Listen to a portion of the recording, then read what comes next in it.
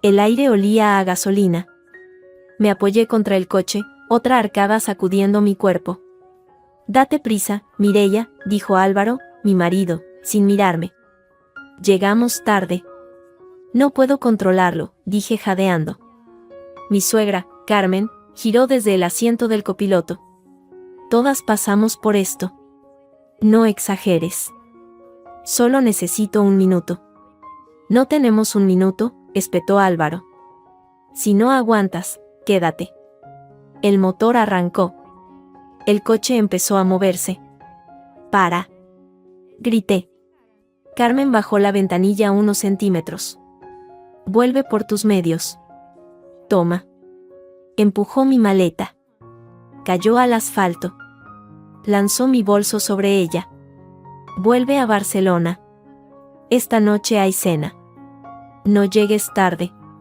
«¿Estáis locos?». «Estoy embarazada». «Ya se te pasará», dijo Álvaro, sin volverse. Pisó el acelerador. El coche se alejó. Me quedé sola. La rabia secó mis lágrimas.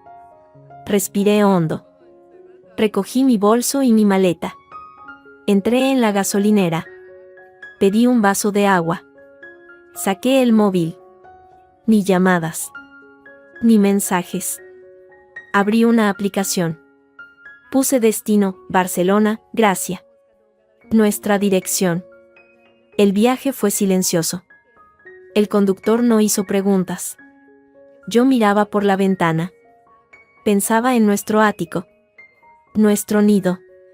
Ahora me expulsaban de él. El coche se detuvo. Salí. Introduje el código en el portal. Error. Lo intenté otra vez. Error. Código no válido. Mi corazón latió fuerte. Busqué mis llaves. La llave no giraba. La cerradura era nueva. Me la habían cambiado. Me apoyé contra la puerta. Respiré. Miré hacia la ventana de nuestro salón.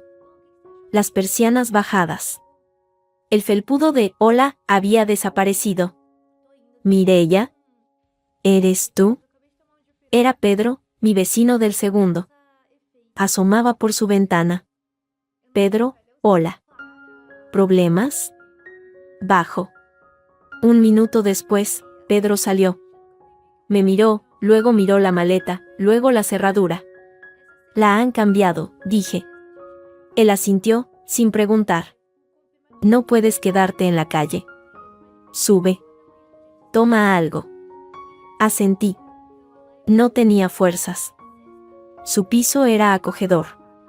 Me senté. Me trajo manzanilla. «¿Llamo a alguien?». «¿A Álvaro?». Preguntó. «Álvaro es quien ha cambiado la cerradura».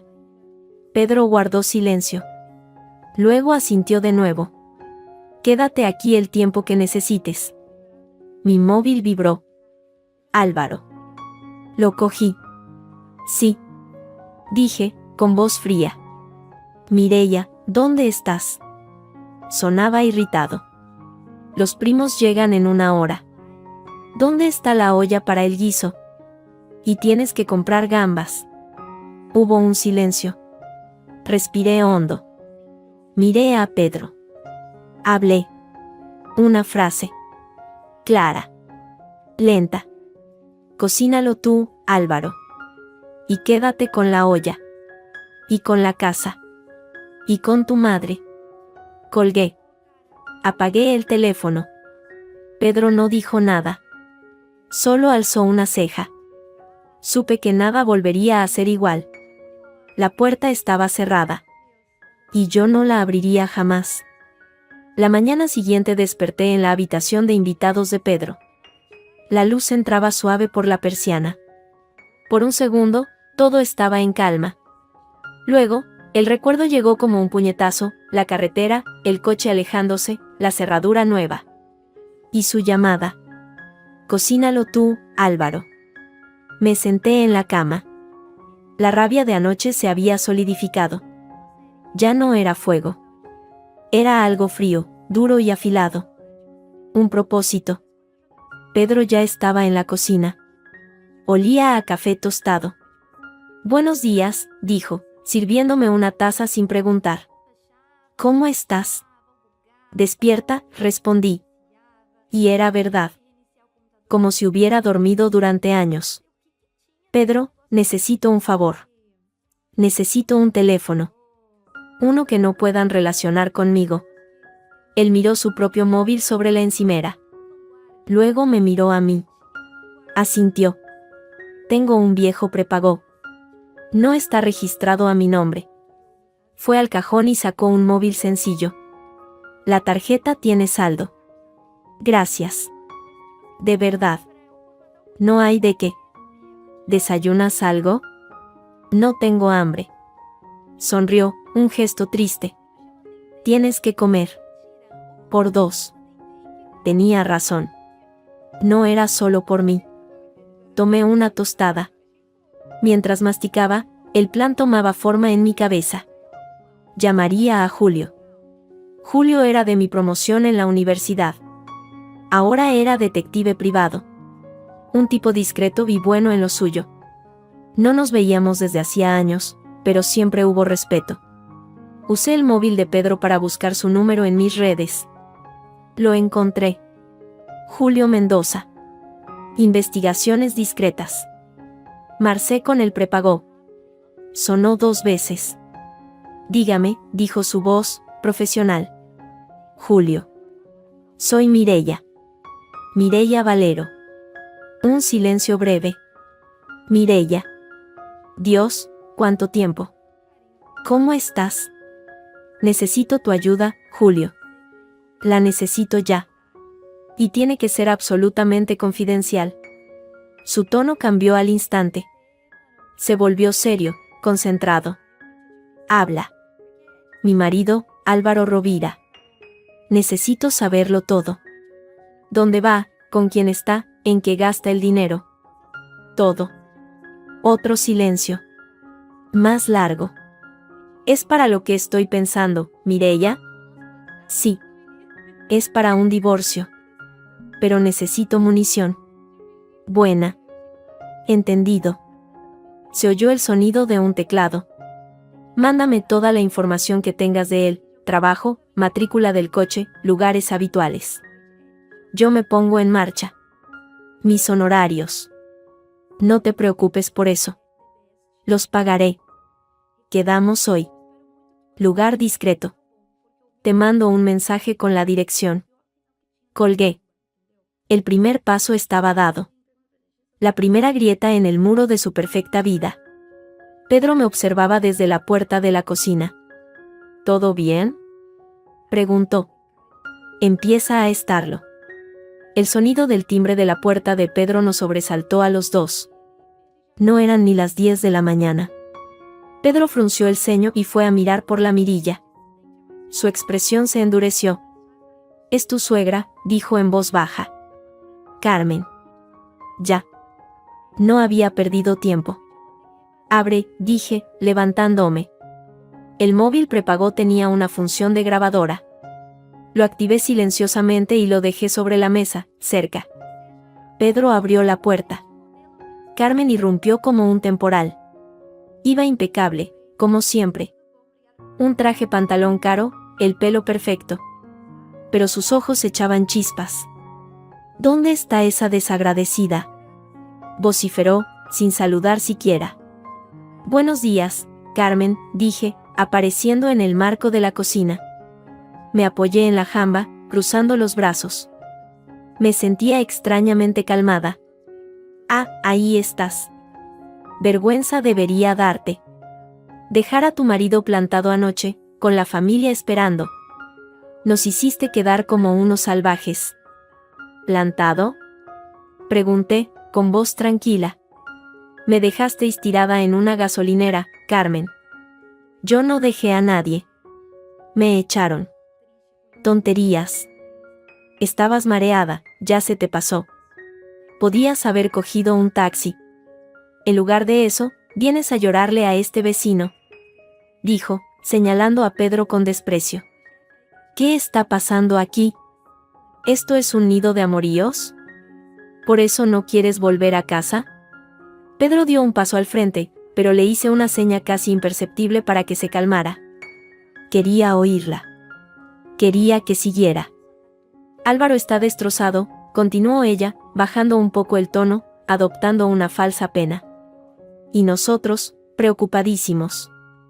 Sabemos que no estás bien, Mireia. El embarazo, a veces afecta a la mente. Tienes que volver. Para que te cuidemos. Ahí estaba. La primera semilla. Afecta a la mente. Estaba preparando el terreno. ¿Tienes algo mío, Carmen? ¿En el piso? Pregunté, ignorando su teatro. Claro. Tus cosas. Las tuyas y las de ese bebé. La palabra le salió como un veneno. Puedes pasar a recogerlas cuando quieras. Pero ven sola. Y ven en tu sano juicio. Álvaro ha pedido cita con un especialista. Un psiquiatra muy bueno. Te va a ayudar. No, pensé. Te va a diagnosticar. Lo pensaré, dije simplemente. No lo pienses. Obedece. Es lo mejor para todos. Y sobre todo para ese niño. No pueden hacer con una madre inestable. Se dio la vuelta, satisfecha, creyendo haber ganado. Te esperamos esta tarde. Y lava esa cara. Pareces una fantasmina. Salió, cerrando la puerta de un portazo. El silencio que dejó fue espeso. Pedro dejó escapar un largo suspiro. Dios santo. ¡Qué mujer más peligrosa!, terminé yo. Cogí el móvil y detuve la grabación. Tenía su voz clara, diciendo, afecta a la mente, psiquiatra, madre inestable. Era oro. Necesito ir a ese piso, Pedro. Ahora. Antes de que organicen mis cosas. ¿Estás segura? Puede ser una trampa. Lo es. Pero necesito una cosa. Mi historial médico. Mis análisis. La primera ecografía. Estaba en el cajón de mi mesita de noche. Media hora después, Pedro me dejaba en la esquina de mi calle. Subí con el corazón en la garganta. Introduje el código nuevo que había visto marcar a un repartidor el día anterior. Funcionó. Subí las escaleras, no quise esperar al ascensor. La puerta de mi casa, de su casa, estaba cerrada. Probé con mi llave vieja. No funcionaba, claro. Llamé al timbre. Álvaro abrió. Parecía cansado, con cara de pocos amigos. Al verme, su expresión se suavizó un poco, adoptando una máscara de preocupación. Mireia. Gracias a Dios. Entra, por favor. Hablemos. No voy a entrar. He venido a recoger mis cosas. Mireia, por favor, lo de ayer fue un error. Un momento de tensión. Mamá y yo estábamos muy preocupados por el viaje. Tú no estabas bien. Tengo 4 meses de embarazo, Álvaro. Es normal no estar bien. Lo que no es normal es abandonar a tu mujer embarazada en una autopista. Él pasó una mano por el pelo, un gesto que antes me parecía atractivo y ahora me resultaba falso. Ya basta. Gritó desde dentro la voz de Carmen. Deja que entre y recoja sus trastos y se vaya. No vamos a discutir en la puerta. Álvaro se hizo a un lado. Entré. El piso olía a limpio, a lejía. Demasiado limpio. Como si hubieran querido borrar mi rastro. Mis cosas, ropa, algunos libros, estaban amontonadas en cajas de cartón junto a la puerta. Ni siquiera las habían sellado. Carmen estaba de pie en medio del salón, con los brazos cruzados, vigilante. Todo está ahí. Revisa si quieres. No nos hemos quedado con nada tuyo. El desprecio en la última palabra me quemó. Me agaché frente a las cajas. Ropa. Zapatos. Objetos sin importancia. No estaba mi carpeta de documentos médicos. Falta algo, dije, levantándome. Una carpeta azul. De mi mesita. Álvaro y Carmen intercambiaron una mirada rápida. Demasiado rápida. No había ninguna carpeta, dijo Álvaro, demasiado firme. Sí la había. Con todos mis análisis. Mi historial. Quizá la tiraste sin querer, cariño, intervino Carmen, con una voz dulce que me dio náuseas. Con lo distraída que has estado últimamente. Me levanté y caminé directa hacia nuestro dormitorio. Nuestro. Suyo ahora. ¿A dónde vas? Protestó Álvaro, siguiéndome. Abrí el cajón de mi mesita. Vacío. Limpio. Como si nunca hubiera tenido nada dentro. Estaba aquí, dije, señalando el cajón vacío. Te digo que no había nada, insistió Álvaro, agarrándome del brazo. Mireia, esto es lo que digo. No estás bien. Estás confundida. Olvidas las cosas. Me solté de su agarre. Su contacto me repugnaba. ¿Qué habéis hecho con mis análisis? Nada. Gritó Carmen desde la puerta. Pero si necesitas tanto esos papeles, toma. Aquí los tienes. Abría su carísimo bolso y sacó una carpeta. No era la mía, azul. Era una carpeta marrón de cartón. Me la lanzó. Cayó a mis pies.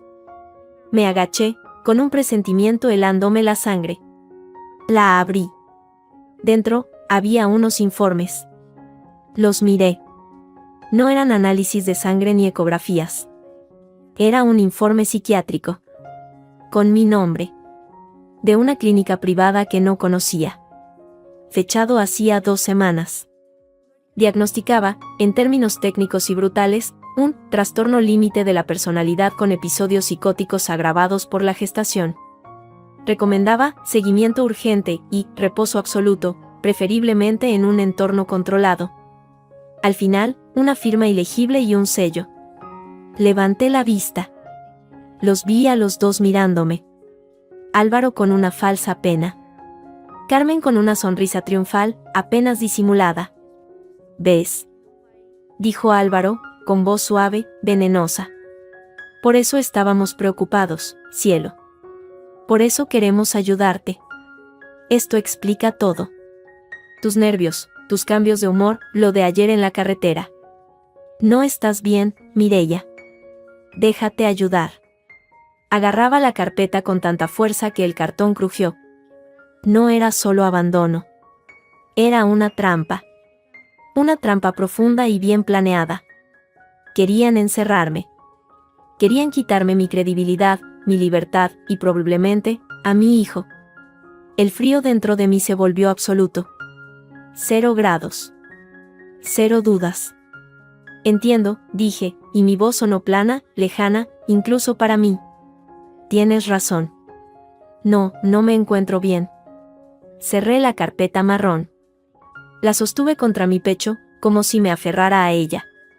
Necesito pensar. Solo. En un lugar tranquilo. Carmen puso una cara de falsa compasión. Claro, hija. Tómate tu tiempo. Pero no tardes mucho. Por el bien del bebé. Sí, musité. Por el bien del bebé. Salí del dormitorio, pasé por delante de las cajas con mis cosas, sin mirarlas. Salí al rellano. La puerta se cerró a mis espaldas. Oí el clic de la cerradura. Bajé las escaleras, un paso tras otro, sosteniéndome de la barandilla. No fue hasta que salí a la calle, a la luz cegadora del sol de Barcelona, que dejé escapar el aire que tenía atrapado en los pulmones. Abrí la carpeta marrón. Rasgué el informe falso en 1000 pedazos y los tiré a una papelera de la calle. No eran lo que necesitaba. Lo que necesitaba era lo que habían robado, mi prueba real, mi verdad. Pero ahora tenía algo más. La prueba de su mentira. De su maldad calculada. Y la tenía grabada. Pedro me recogió en la esquina siguiente. ¿Lo tienes? Pregunté al entrar al coche. Sí. Me mostró su móvil. Había una foto, tomada desde la ventana de su piso, con zoom. Era nítida, Carmen, en el portal, entregándome la carpeta marrón. La fecha y hora estaban marcadas. ¿Y tú? ¿Conseguiste lo tuyo? No. Se lo llevaron. Pero me dieron esto. Saqué el móvil prepago y le enseñé la grabación de voz de Carmen. Luego miré por la ventana.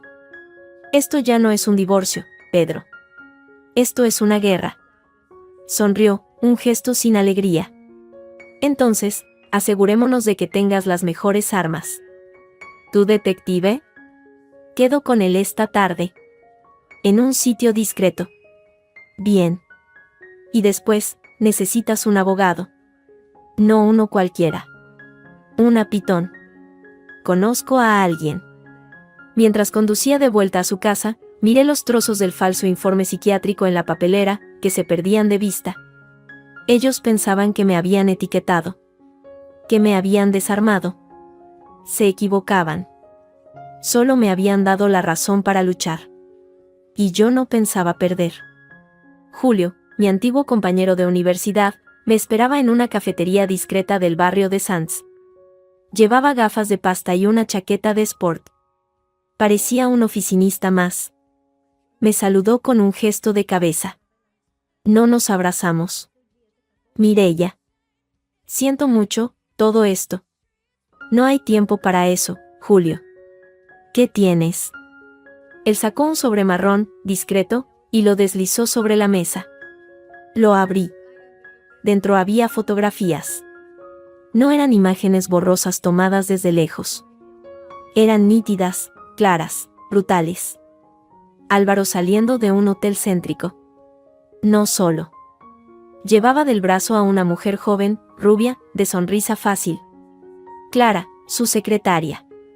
En otra, comían en un restaurante íntimo. Sus manos se tocaban sobre la mesa. En una tercera, compraba en una joyería. Ella probaba un collar. Álvaro sonreía, una sonrisa que no le había visto a mí en meses. Las fechas estaban anotadas al dorso. Algunas de hacía casi un año. Otras, de la semana pasada. Cuando yo vomitaba en el baño por las mañanas, él compraba joyas para su amante. No sentí dolor. Solo un vacío frío. Luego, una certeza absoluta. Hay más, dijo Julio, bajando la voz. Tiene un piso a su nombre. Un estudio en el Eixample. Lo compró hace 8 meses. Usó dinero de la cuenta común. Vuestros ahorros. Un estudio. Un nidito de amor. Con mi dinero. Necesito copias de todo. De las fotos, de la escritura del piso, de los movimientos bancarios. Ya están listas. En una memoria USB. Todo está ahí. Dejó un pequeño llavero con un puerto USB sobre la mesa. Y hay algo más. La chica, Clara. No es solo la secretaria. Su padre es socio menor de la empresa de Álvaro. Una relación, conveniente. Claro. No solo era una aventura. Era una alianza. Álvaro se aseguraba el apoyo del padre a través de la hija. Todo era un cálculo. Incluido yo. Incluido este bebé. Éramos un obstáculo. Gracias, Julio. ¿Cuánto te debo? Ya hablaremos. Primero, gana. Luego, me pagas. Hizo una pausa. ¿Qué vas a hacer ahora? Miré las fotos. Álvaro riendo. Besando a Clara en un portal. Viviendo una vida paralela. Voy a darles exactamente lo que quieren, dije, recogiendo las fotos y guardándolas en mi bolso. Van a pensar que han ganado. Llegué al piso de Pedro. Tenía un plan. Un plan arriesgado. Se lo conté todo. Él escuchó, pálido. Es muy peligroso, Mireia. Si algo sale mal. Todo ya ha salido mal, Pedro. Solo queda enderezarlo. ¿Me ayudas? Asintió, sin dudar. ¿Qué necesitas? Que llames a una ambulancia. Mañana por la mañana. Y que llames a este número después. Le di un papel con el nombre y teléfono de una abogada, Isabel Martínez. Una pitón, como él la había llamado. Dile que tengo toda la munición. y que me espere. A la mañana siguiente, me vestí con unos vaqueros viejos y una camiseta. Me despeiné. No me maquillé. Me miré en el espejo. Parecía frágil, quebrada. Perfecto. Pedro hizo la llamada. Dijo que su vecina, una mujer embarazada, estaba teniendo una crisis nerviosa, que hablaba sin sentido, que temía por su seguridad. La ambulancia llegó en 10 minutos. 2 sanitarios, un hombre y una mujer, subieron. Yo estaba sentada en el suelo de la sala de estar, abrazando las rodillas, meciéndome. Balbuceaba. Pedro les recibió, con gesto de preocupación. No sé qué le pasa, empezó a gritar, a decir cosas sin sentido. Tiene 4 meses de embarazo. La sanitaria se acercó, con voz calmada. Señora, ¿cómo se llama? ¿Qué le pasa? Yo la miré, con los ojos muy abiertos. Las arañas, murmuré, con voz ronca. Salen de las paredes. Quieren llevarse al bebé. Él las envió. Él y su madre. Con sus ojos de serpiente. Los sanitarios se miraron. Pedro puso cara de consternación. Ha estado así desde anoche. No conoce a nadie. Ni siquiera a mí. Vamos a llevarla al hospital, señor. Para que la vea un psiquiatra. Por su bien y el del bebé. Me ayudaron a levantarme. No me resistí. Caminé dócilmente entre ellos, murmurando sobre arañas y serpientes. Pedro me cogió una chaqueta y mi bolso, donde estaba escondida la memoria USB. Yo la sigo en mi coche, les dijo. En la ambulancia, cerré los ojos. No era difícil fingir agotamiento. Lo estaba. La actuación era solo la punta del iceberg de mi cansancio real. En urgencias, me dejaron en una camilla, en una zona tranquila. Un enfermero me tomó los datos. Di un nombre falso, un DNI falso que Pedro había conseguido Dios sabe cómo. Pero di mi número de la seguridad social real. Eso era lo importante. Para que constara mi ingreso. Llegó la psiquiatra de guardia. Una mujer joven, de ojos cansados. ¿Me puede decir qué le pasa, señora? Tengo miedo, dije, y las lágrimas comenzaron a caer de verdad, porque de repente todo el miedo, la rabia y la traición se desbordaron. Mi marido y mi suegra quieren quitarme a mi hijo. Dicen que estoy loca. Han falsificado papeles. Quieren encerrarme. La psiquiatra me observó, tomando notas. ¿Falsificado papeles? Un diagnóstico. Que no es mío. Quieren quedarse con mi casa, con mi dinero. Y con mi bebé. Le cogí la mano, con fuerza desesperada. Por favor, no me deje sola. No llame a ellos. Por favor. Ella me miró a los ojos. Buscando señales de delirio. Yo solo le mostré el miedo puro, la desesperación real. Mi historia, aunque increíble, sonaba demasiado específica para ser un invento. Vamos a hacerle algunas pruebas, señora. Y a observarla. No llamaré a nadie sin su permiso. Tranquilícese. Por el bien del bebé, intente descansar. Me asignaron una habitación individual. Era pequeña, blanca, impersonal. La puerta no se cerraba con llave. Era una habitación de observación. Cuando se fue la enfermera, esperé. Revisé mi bolso. La memoria USB estaba ahí. Y el móvil prepago de Pedro. Tenía una señal débil, pero tenía. Envié un mensaje de texto al número que Pedro me había dado. A Isabel Martínez, la abogada. Soy Mireia Valero. Amiga de Pedro. Estoy ingresada en el Hospital Clínic bajo observación psiquiátrica. Es una estrategia. Tengo pruebas de infidelidad, suplantación médica y desfalco. Necesito verla. Urgente. La respuesta llegó en 5 minutos.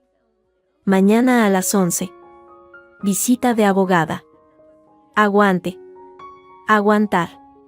Esa era la clave. Aguantar y observar. Pedro vino por la tarde, de visita. Traía ropa limpia y algo de comer. Hablamos en voz baja. Isabel vendrá mañana. Es la mejor. No le teme a nada.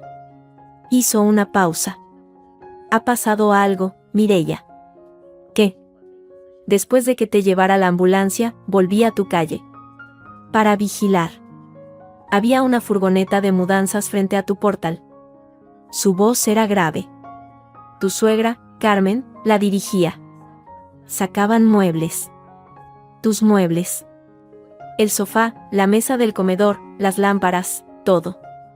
Lo cargaban en la furgoneta. El vacío frío dentro de mí se expandió. No era suficiente con echarme. Querían borrarme. Dejar el nido limpio para el próximo pájaro. Para Clara. ¿Sacaron todo? No todo. Lo que parecía valioso. O lo que claramente era tuyo.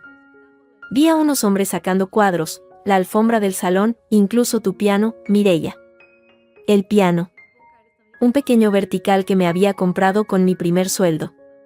Mi única herencia de mi abuela, que había sido profesora de música. ¿A dónde se lo llevaban? No pude seguirlos. Pero, bajó aún más la voz, saqué fotos. Con el zoom. Se ve a Carmen señalando, dando órdenes. Y se ve la matrícula de la furgoneta. Desde la cama, con las sábanas blancas hasta el cuello, sentí que la sonrisa que dibujé en mis labios era lo más amargo que había hecho en mi vida. Perfecto, susurré. Robo y apropiación indebida de bienes gananciales. Añádelo al dossier, Pedro. Toma las fotos. Isabel las querrá ver. Él asintió, pero su mirada estaba llena de preocupación. Esto se está poniendo muy feo, Mireia. Estás aquí, en un hospital, y ellos te están desvalijando la vida. No mi vida, corregí, mirando por la ventana el cielo gris de Barcelona. Solo mi antigua vida. Que se la queden. Yo voy a por una nueva. Y voy a hacer que paguen por cada mueble, por cada plato, por cada maldita araña de cristal que se hayan llevado. Pedro se fue al anochecer, prometiendo volver al día siguiente con Isabel. La noche en el hospital fue larga. Sonidos de pasillos, murmullos, el llanto de algún otro paciente. Yo no dormí. Repasaba el plan en mi cabeza. Las fotos de Julio. El informe falso. La grabación de Carmen. Las fotos de la mudanza. Era un rompecabezas siniestro, pero todas las piezas encajaban. Mostraban un patrón: acoso, manipulación, robo. Ellos creían que me tenían donde querían, encerrada, desacreditada, despojada. La loca, la inestable, la que había abandonado su hogar. Pero la loca iba a presentar una demanda de divorcio con pruebas de sobra. La inestable iba a reclamar cada céntimo de los bienes gananciales. Y la que había abandonado su hogar iba a asegurarse de que ellos no tuvieran ni un ladrillo donde esconderse. Al día siguiente, a las 11 en punto, una mujer entró en mi habitación. Alta, de unos 40 y tantos años, con un traje pantalón impecable y el pelo corto y rubio platino recogido en una coleta severa. Llevaba un maletín de cuero. Sus ojos, de un azul gélido, me escanearon al instante. Mireia Valero. Soy Isabel Martínez. Pedro me ha puesto al corriente. Tenga. Me tendió una tarjeta de visita. Luego, cerró la puerta de la habitación. Me dice que esto es una estrategia. Espero que sea una buena. Porque ingresarse voluntariamente en psiquiatría, incluso fingiendo, es un riesgo enorme. Era el único modo de que me dejaran en paz y de que vieran que su plan de declararme loca se les volvía en contra, dije, sentándome en la cama. Le hablé claro, directo, sin titubeos. Tengo pruebas. Mi marido, Álvaro Rovira, me abandonó embarazada en una autopista. Me cambió la cerradura de casa. Falsificó un diagnóstico psiquiátrico para desacreditarme. Tiene una amante, Clara Soria, hija de un socio de su empresa. Usó dinero nuestro para comprarle un piso. Y ayer, mientras yo estaba aquí, mi suegra vació nuestro piso de los bienes gananciales. Tengo fotos de la mudanza. Isabel no parpadeó. Abrió su maletín, sacó un bloc y un bolígrafo caro. Muéstreme. Saqué la memoria USB. Ella tenía un pequeño portátil. Lo abrió, insertó la memoria y comenzó a ver las fotos de Álvaro y Clara, los extractos bancarios, las fotos de la mudanza, enviadas por Pedro. Escuchó la grabación de Carmen. Cuando terminó, cerró el portátil. Sus labios finos esbozaron algo que casi era una sonrisa. Esto no es un caso de divorcio, señora Valero. Esto es un caso penal. Maltrato psicológico, falsificación de documento público, apropiación indebida, posible estafa. Y lo de la mudanza es un delito flagrante. Hizo una pausa, clavándome sus ojos azules. ¿Qué quiere? ¿Dinero? ¿La casa? ¿La custodia? Lo quiero todo, dije, y mi voz no tembló. Quiero la casa. Quiero la mitad de todo, más una indemnización por daños. Quiero la custodia total. Y quiero que él y su madre pasen por un juicio. Quiero que la gente sepa lo que son. Isabel asintió, lentamente. Era un asentimiento de profesional que ve un caso jugoso, con todas las piezas para ganar. Perfecto. Entonces, esto es lo que hacemos. Usted se queda aquí unos días más. Se muestra colaboradora, lúcida pero afectada. Que ellos piensen que su plan funciona. Yo, mientras tanto, presento la demanda de divorcio de manera urgente, con medidas cautelares. Incluiremos una orden de alejamiento para Álvaro y para su madre. Y una solicitud de embargo preventivo de sus cuentas y bienes, basándonos en el riesgo de desaparición de patrimonio. Con estas fotos de la mudanza, el juez no tendrá dudas. ¿Una orden de alejamiento? Pregunté, sorprendida. De ellos hacia usted. Y sobre todo, hacia el domicilio conyugal. A partir de que se notifique, no podrán acercarse a usted ni a la casa. Y si han sacado cosas, tendrán que devolverlas. Todas. Hizo una pausa. Y hay otra cosa. Con ese diagnóstico falso, podríamos incluso plantear una denuncia por simulación de trastorno mental. Es muy grave. Hágalo, dije sin dudar. Será duro. Sucio. Sacarán todos los trapos. Dirán que usted es una madre inestable, una esposa desequilibrada. Yo tengo las pruebas, Isabel. Ellos solo tienen mentiras. Ella guardó sus cosas, se levantó. Bien. Entonces, a guerrear. La visitaré mañana con los papeles para firmar. Y relájese. Por una vez, deje que otros hagan el trabajo sucio por usted. Para eso me pagan. Isabel se fue, dejando tras de sí un rastro de perfume caro y determinación. Me recosté en la almohada. Por primera vez en semanas, sentí que podía respirar. No estaba sola. Tenía un ejército de uno, pero era un ejército de primera, un detective, un vecino leal y una abogada pitón. Miré por la ventana. Barcelona seguía ahí, gris y bulliciosa. Mi ciudad. Mi hogar. Del que me habían intentado echar. Pero yo no me iba a ir. Iba a quedarme. Y ellos iban a ser los exiliados. Sonreí, un gesto seco, sin alegría. La partida acababa de comenzar. Y yo tenía las mejores cartas. Ellos solo tenían unas en la manga sucio. Y estaban a punto de jugarlo. Yo estaba preparada. Los días en el hospital se hicieron largos. Era una actriz en un escenario blanco y estéril. Mostraba una mejoría calculada, más tranquila, más lúcida, pero con una tristeza de fondo que convencía a las psiquiatras. Un estado depresivo reactivo a una situación de estrés postraumático, anotaron en mi evolución. No era falso. Solo omitía la parte de que el trauma tenía nombres y apellidos, Álvaro y Carmen. Isabel vino cada día, siempre breve, siempre eficiente. Trajo los papeles. Firmé la demanda de divorcio con causas de abandono, infidelidad y riesgo patrimonial. Firmé la solicitud de medidas cautelares. Al día siguiente, un alguacil notificaría a Álvaro. No podía esperar a ver su cara. Fue en la cafetería del hospital, donde me dejaban bajar 1 hora al día, donde la conocí. Estaba sentada sola, mirando un té que no me apetecía, cuando una mujer se acercó. Joven, quizá 20 y pocos, con el pelo muy negro y una mata de rizos salvajes. Llevaba unos vaqueros ajustados y una chaqueta de cuero, y se movía con una energía nerviosa. Sus ojos, grandes y oscuros, me escanearon. «Eres tú, ¿verdad? Mireia». Su voz era áspera, como si hubiera llorado o gritado mucho. La miré, sin reconocerla. «Sí». «¿Y tú?» «Sofía. Sofía Soria». El apellido me golpeó como un martillo.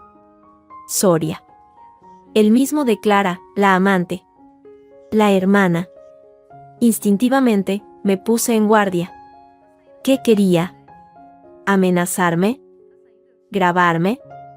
No quiero problemas, dije, poniéndome de pie. Mi voz sonó más débil de lo que quería. Yo tampoco, dijo ella rápidamente, levantando las manos. Por favor, siéntate. Solo, necesito hablar con alguien que lo entienda. ¿Entender el qué? Ella miró alrededor, como asegurándose de que nadie escuchaba. Luego, bajó la voz hasta casi un susurro. De Álvaro Rovira. De su forma de ser. Me senté, lentamente. Ella se sentó frente a mí. Sus manos jugueteaban con un paquete de tabaco sin abrir. ¿Qué sabes tú de Álvaro? Pregunté, fríamente. Que es un cabrón. Un cabrón de cuidado. La palabra salió con tanta rabia contenida que me sorprendió. Y que mi hermana es una ingenua. O una ambiciosa. O las dos cosas. No dije nada. La observé. Su rabia parecía genuina, no dirigida a mí, sino hacia algo, o alguien. Clara cree que es el amor de su vida, continuó, con un tono amargo. Que va a dejar a su esposa loca y desequilibrada, y se va a casar con ella. Que su padre está encantado porque así une la familia con el negocio. Una mierda. Todo es una mierda. ¿Y tú por qué me lo cuentas? Pregunté, desconfiada. Ella me miró a los ojos. Y entonces vi algo que reconocí al instante, miedo. Y determinación. Porque estoy embarazada. De 3 meses. El aire se me escapó de los pulmones. La cafetería, el murmullo de la gente, todo se desdibujó. Solo existía la cara pálida de esa chica y sus palabras, flotando entre nosotras. ¿De Álvaro? Logré articular. Ella asintió, con un gesto seco. Había lágrimas de furia en sus ojos. Fue una estupidez. Una noche, hace meses. Él y Clara habían discutido. Él estaba borracho, deprimido. Yo era la hermana pequeña, tonta, que siempre lo había encontrado fascinante. Escupió las palabras como si le supieran a veneno. Una vez. Solo una vez. ¿Y esto? Señaló su vientre, todavía plano bajo la chaqueta. Se lo dije hace 2 meses. Se puso pálido. Me dio dinero. Para solucionarlo. Le dije que no. Que quería tenerlo. Entonces cambió. Dijo que estaba loca. Que era una obsesiva. Que si decía algo, arruinaría mi vida y la de mi familia. Que nadie me creería. Que tú, me miró, que tú ya estabas mal de la cabeza, y que a mí me pasaría igual. Las piezas encajaban con un clic siniestro. El mismo patrón. Declarar loca a cualquier mujer que se interpusiera en su camino. ¿Tu hermana, sabe? Claro que no. Exclamó, casi con un grito ahogado. Cree que soy su hermanita tonta. Si se entera, me mata. ¿Y mi padre? Dios, mi padre lo adora. Álvaro es su futuro yerno perfecto. Se frotó la cara. Vine al hospital a hacerme unas pruebas. Por el bebé. Y te vi en el pasillo. Leí tu nombre en la pulsera. Y supe que eras tú. La esposa. La loca. No estoy loca, dije, sencillamente. Lo sé, susurró ella. Ahora lo sé. Porque a mí me está intentando hacer lo mismo. Aislarme. Desacreditarme. Tiene un informe de un psicólogo, pagado por él, que dice que soy histérica y que invento cosas. Sus dedos se cerraron en puños. ¿Qué voy a hacer, Mireia? No tengo dinero. Mi familia está de su lado. Él me ha amenazado. La miré. Esta chica asustada, embarazada, atrapada en la misma red que yo. No era mi amiga. Pero era, quizás, un arma. Una que él no esperaba. ¿Quieres que deje de amenazarte? Pregunté, bajando la voz. Ella asintió, desesperada. Entonces ayúdame. Y te ayudo yo. ¿Cómo? Álvaro va a tener problemas. Grandes problemas. Legales. Si tú estás de mi lado, si testificas, él no podrá tocarte. Y tu familia verá quién es realmente. Sus ojos oscuros brillaron con un destello de esperanza salvaje. ¿Testificar? ¿Contra él? ¿En un juicio? Si es necesario. Pero primero, fuera de un juicio. Mi mente trabajaba a toda velocidad. ¿Tienes pruebas? ¿Mensajes, correos, algo de cuándo te dio dinero? Tengo transferencias bancarias. A una cuenta que abría mi nombre. Y los mensajes de WhatsApp, pidiéndome que arreglara el problema. Los guardé todos. Por si acaso. Una sonrisa lenta se dibujó en mis labios. Ella también había sido más lista de lo que él creía. Guárdalos bien. Y escúchame. Esta tarde, sobre las 6, hay una cafetería en el Paseo de Gracia, La Palmera. A tu hermana, Clara, le encanta ir allí los jueves después del trabajo. Siempre se sienta en la mesa del fondo, cerca de la ventana. Sofía me miró, confundida. Sí, es verdad.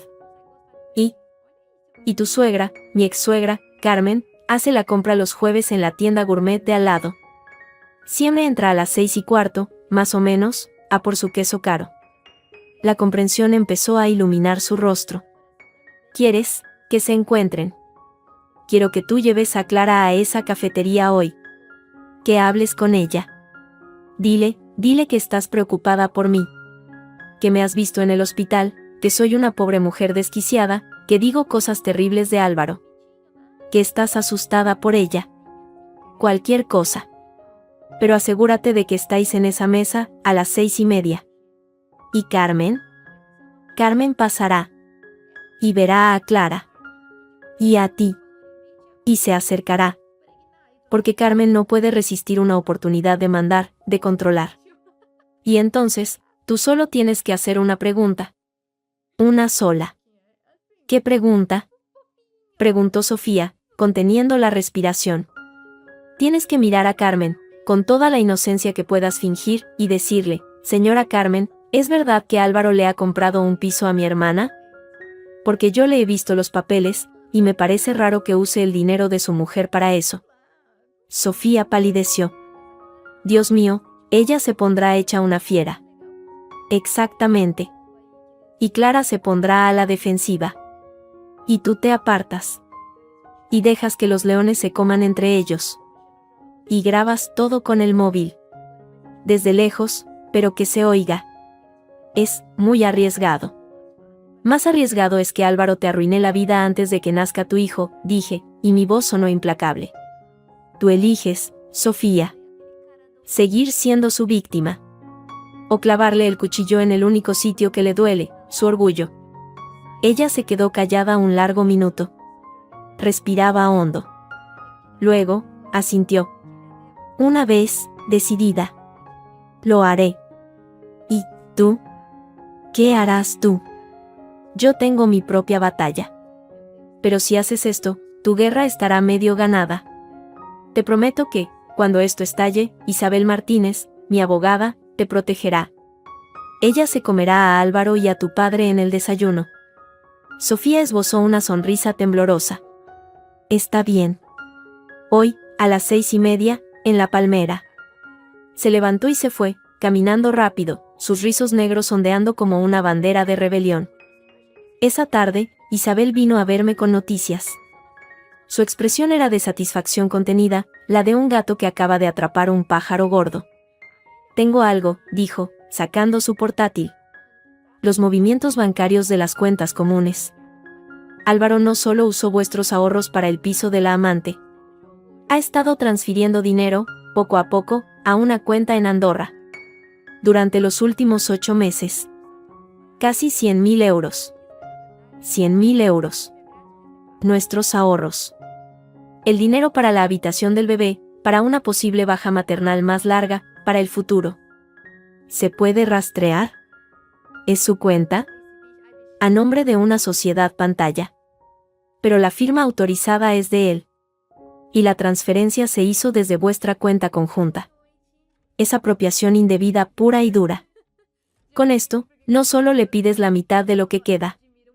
Le pides la devolución de todo eso, más intereses, más daños.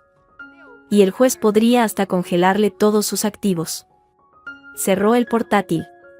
He presentado ya la demanda con las medidas cautelares.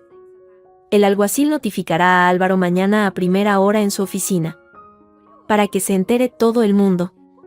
Perfecto, musité. Todo se estaba moviendo. Más rápido de lo que esperaba. ¿Y tú? ¿Cómo estás? ¿Alguna novedad?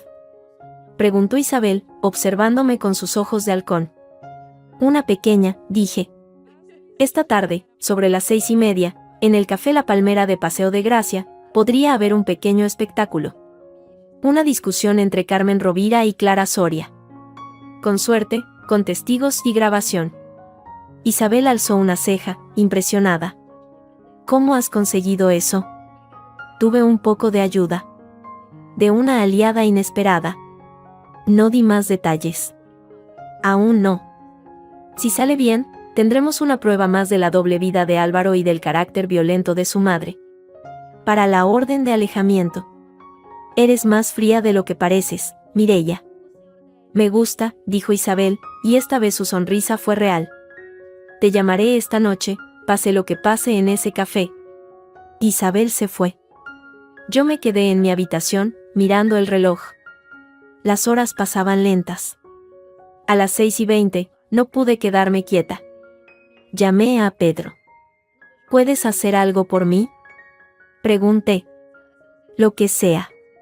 Ve al Café La Palmera. Ahora. Siéntate lejos, en una mesa discreta. Y observa. No intervengas. Solo observa. Y, si puedes, graba con el móvil.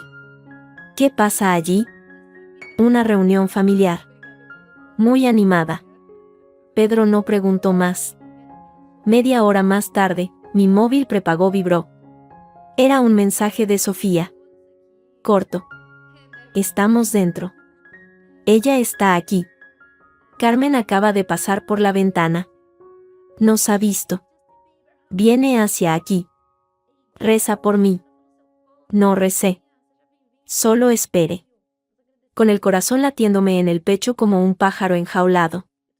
A las 7:05, el móvil vibró de nuevo. Esta vez era Pedro. Un mensaje. Dios mío. Ha sido épico. Te mando el video. Un minuto después, llegó un archivo de video. Lo abrí, bajé el volumen. La calidad no era buena, filmado desde lejos, entre plantas. Pero se veía claro. La mesa del fondo. Clara, rubia e impecable, con una expresión de sorpresa y fastidio. Sofía, a su lado, con cara de cordero sacrificado. Y Carmen, plantada frente a ellas, con su bolso caro colgado del brazo y el rostro congestionado por la ira. Se oían voces, entrecortadas por el ruido de la cafetería. ¿Qué haces aquí con esa? Era la voz de Carmen, aguda. Nada, solo un café. Decía Clara, defensiva. Entonces, Sofía, con una voz clara y dulce, como si preguntara la hora, dijo, «Señora Carmen, ¿es verdad que Álvaro le ha comprado un piso a mi hermana? Porque yo le he visto los papeles, y me parece rato que use el dinero de su mujer para eso». Hubo un silencio de microsegundos. Luego, el rostro de Carmen se transformó en una máscara de furia pura. «¿Qué has dicho, pequeña zorra?» Su grito atravesó incluso la mala calidad del audio. «¿Cómo te atreves a decir esas mentiras? Ese piso es una inversión. ¿Y tú, Clara, qué haces escuchando a esta mocosa? Seguro que está confabulada con esa loca de Mireia. No hable así de mi hermana, protestó Clara, poniéndose de pie. ¿Y tú quién te crees que eres para protestar? Una cualquiera que se acuesta con un hombre casado. Te crees que vas a hacer algo, pero solo eres la puta barata de mi hijo. Y si te crees que vas a sacarle un duro, estás muy equivocada. Cállese, vieja amargada, chilló Clara. Álvaro me quiere a mí. A mí. Y ese piso es mío, y él va a dejar a su mujer loca y todo será mío. Su dinero, su casa, todo. El grito de Carmen era histérico. Nada será tuyo, golfa. Te arrancaré los ojos antes de que toques un euro de mi familia. En el video, se veía a Carmen lanzarse sobre Clara, con las uñas por delante. Los rizos de Clara volaban al tirar de ellos. Las mesas cercanas se apartaban. Un camarero intentaba intervenir. Sofía retrocedía, con el móvil en la mano, apuntando hacia la pelea. Su rostro, apenas visible, no mostraba miedo. Mostraba una satisfacción feroz, contenida. El video terminaba de forma abrupta, cuando alguien tapaba la cámara. Un minuto después, llegó otro mensaje de Pedro. La policía se los ha llevado a las 2. Sofía ha desaparecido. El café es un campo de batalla. He recogido fragmentos de porcelana de La Palmera, de recuerdo. Y luego, un mensaje de Sofía. Funcionó. Tengo la grabación. Clara no me habla. Carmen me va a matar. No me arrepiento. Dejé el móvil a un lado en la cama. Cerré los ojos. Desde la ventana de mi habitación de hospital, se veían las luces de Barcelona parpadeando en la noche.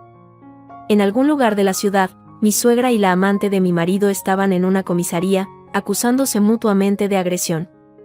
En algún lugar, mi marido estaría recibiendo esa llamada, la llamada que arruinaría su perfecta fachada. Sonreí en la oscuridad. El primer acto de mi venganza había terminado. Y el escándalo acababa de empezar. Mañana, cuando el alguacil llegara a su oficina con los papeles del divorcio, Álvaro encontraría su mundo ya en llamas. Y yo, desde mi celda blanca de hospital, había prendido la mecha. Mañana sería un día interesante. Isabel me recogió a la salida del hospital 2 días después. Iba impecable, con un traje color crema que parecía una armadura. Me dio un sobre. Las medidas cautelares están en vigor. Prohibición de acercamiento a menos de 500 metros. Restitución inmediata de todos los bienes sustraídos del domicilio conyugal. Y congelación de sus cuentas personales y de la sociedad, pendiente de auditoría. Una sonrisa afilada asomó en sus labios.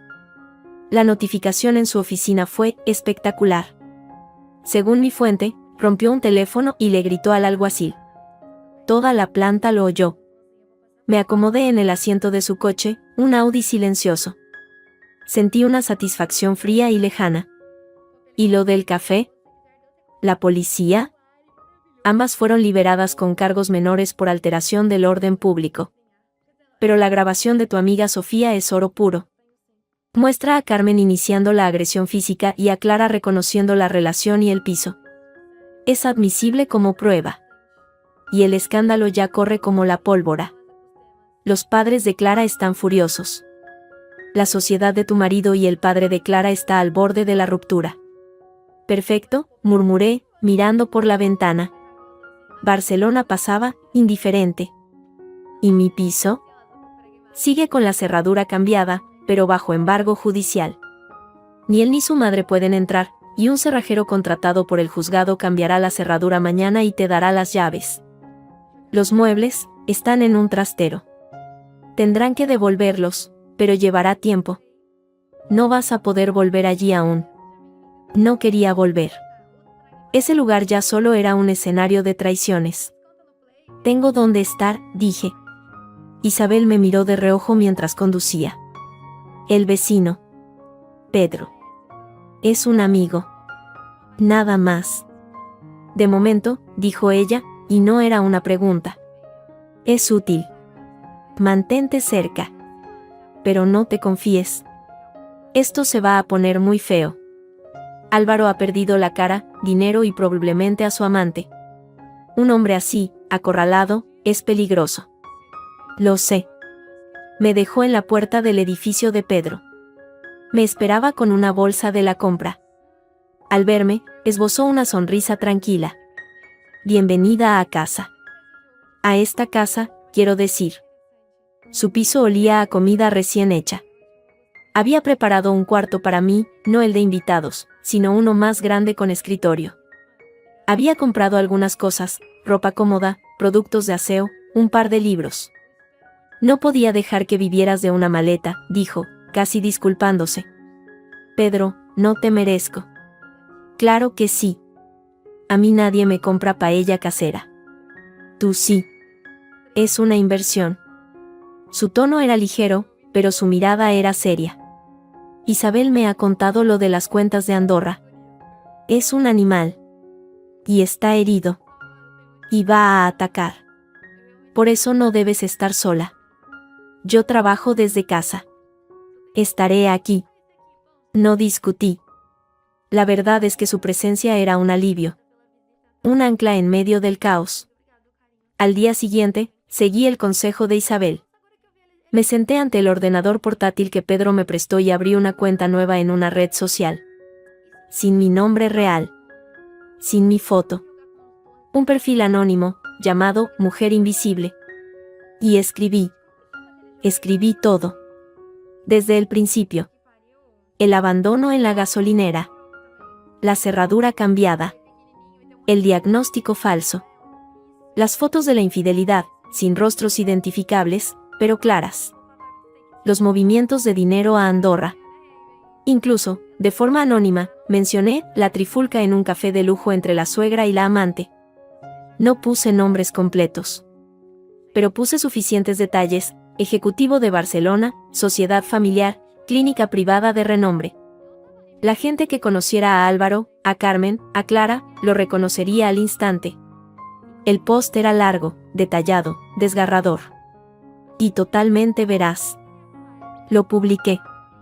Y luego, usé cuentas falsas para compartirlo en foros, en grupos de vecinos de Gracia, en comunidades de mujeres.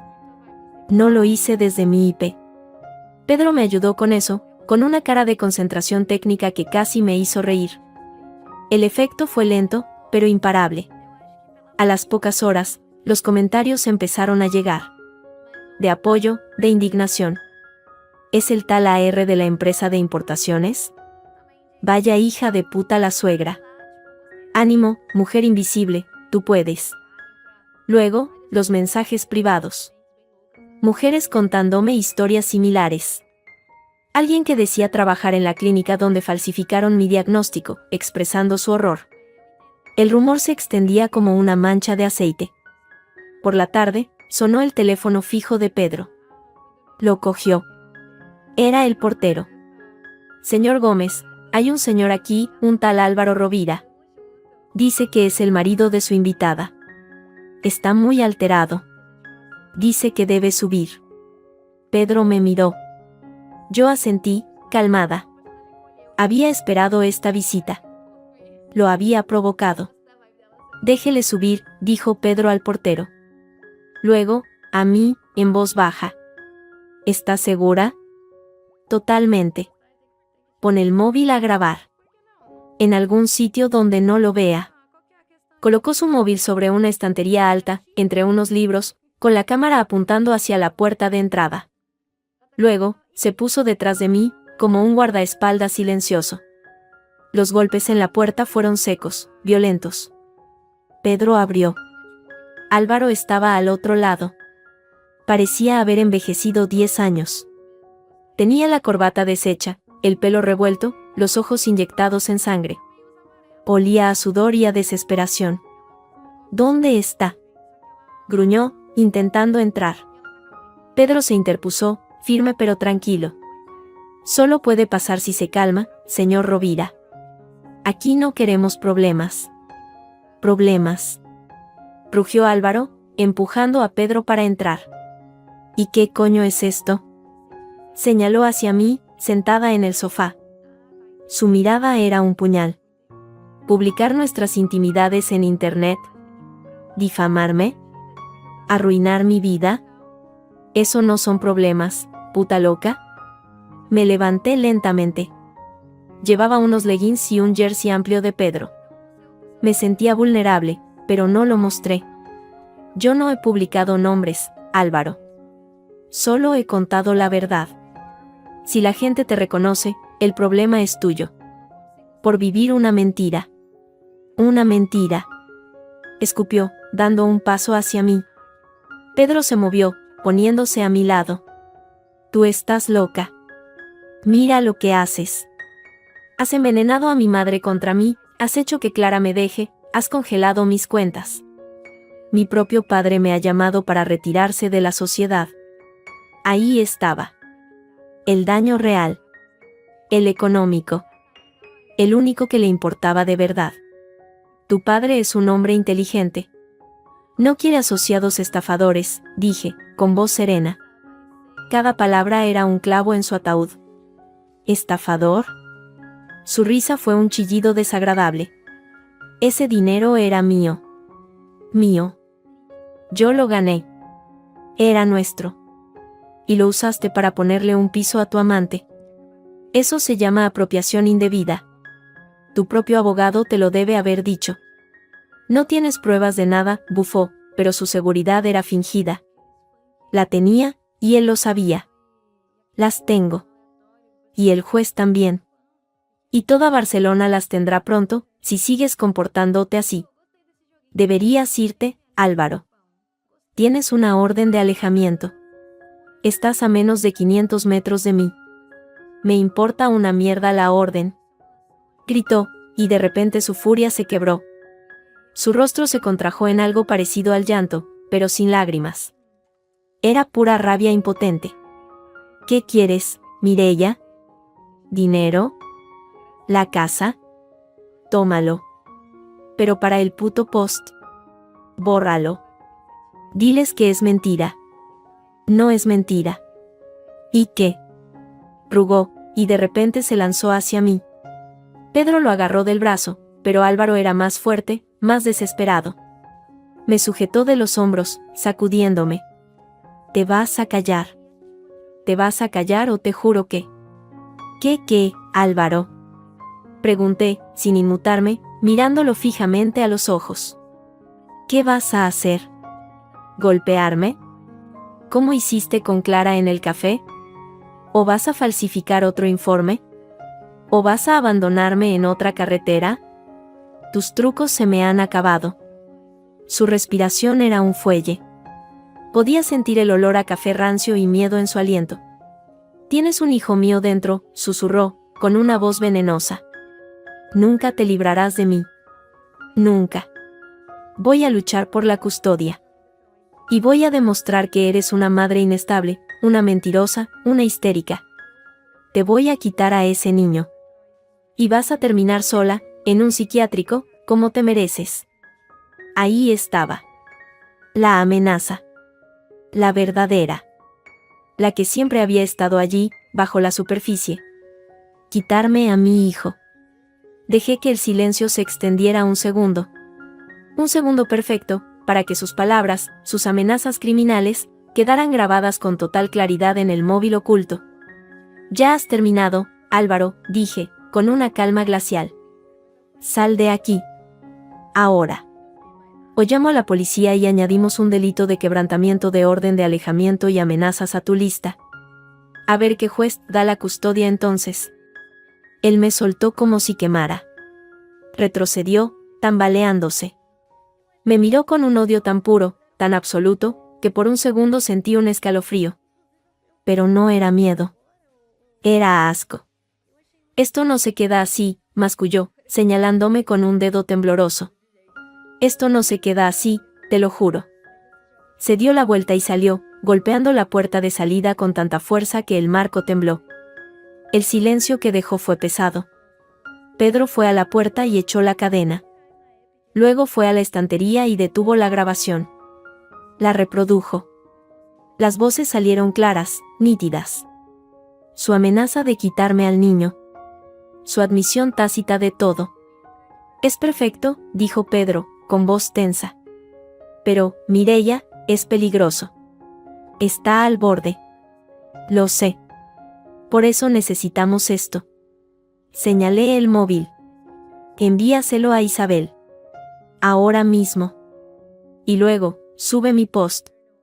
Ponle su nombre completo. El de él, el de Carmen, el de Clara. Y el de la empresa. Pedro me miró, alarmado. ¿Estás segura? Eso es. Guerra total, terminé yo. Ya no hay vuelta atrás. Él ha elegido amenazar a mi hijo. Ahora yo elijo quemar su mundo hasta los cimientos. Hazlo. Pedro asintió.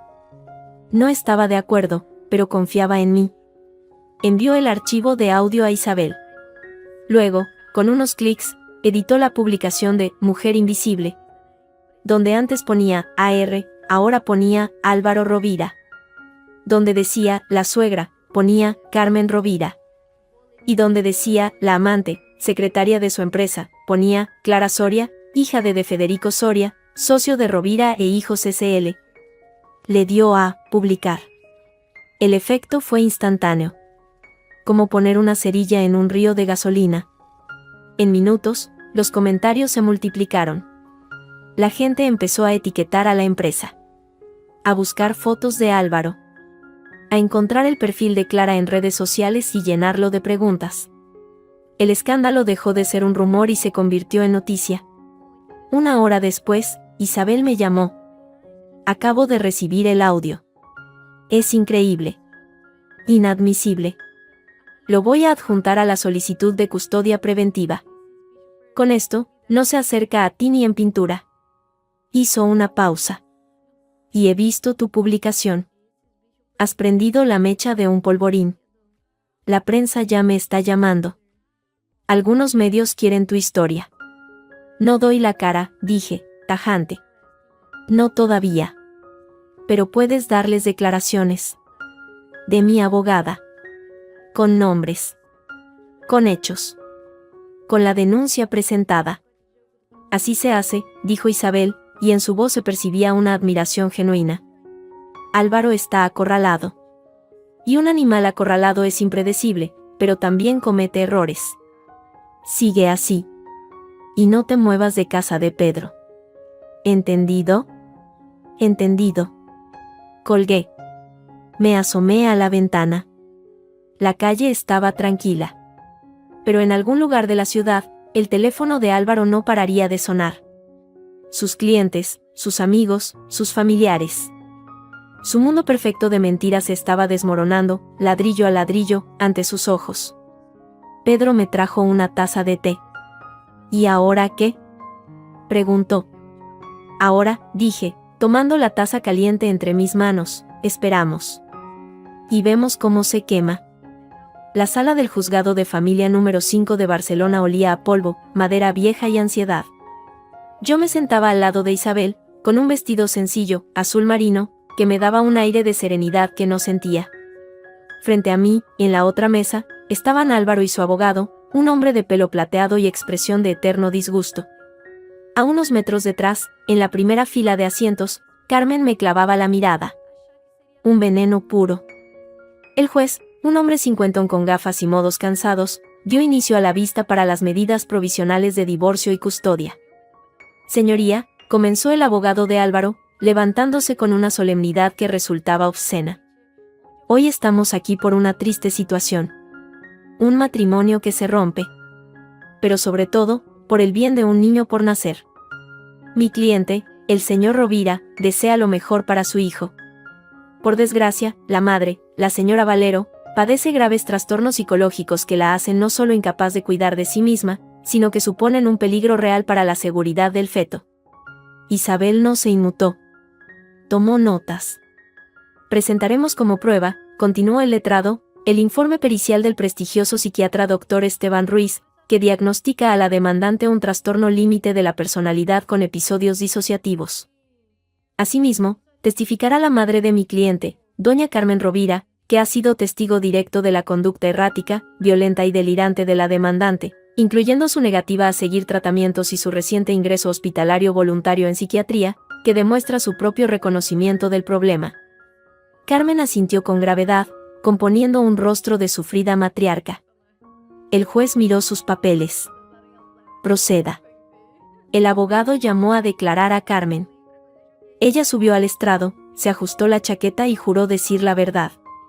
Su voz, al principio, era suave, lastimera. Es una tragedia, señoría. Yo quería a Mireia como a una hija. Pero desde que quedó embarazada, algo cambió. Se volvió paranoica.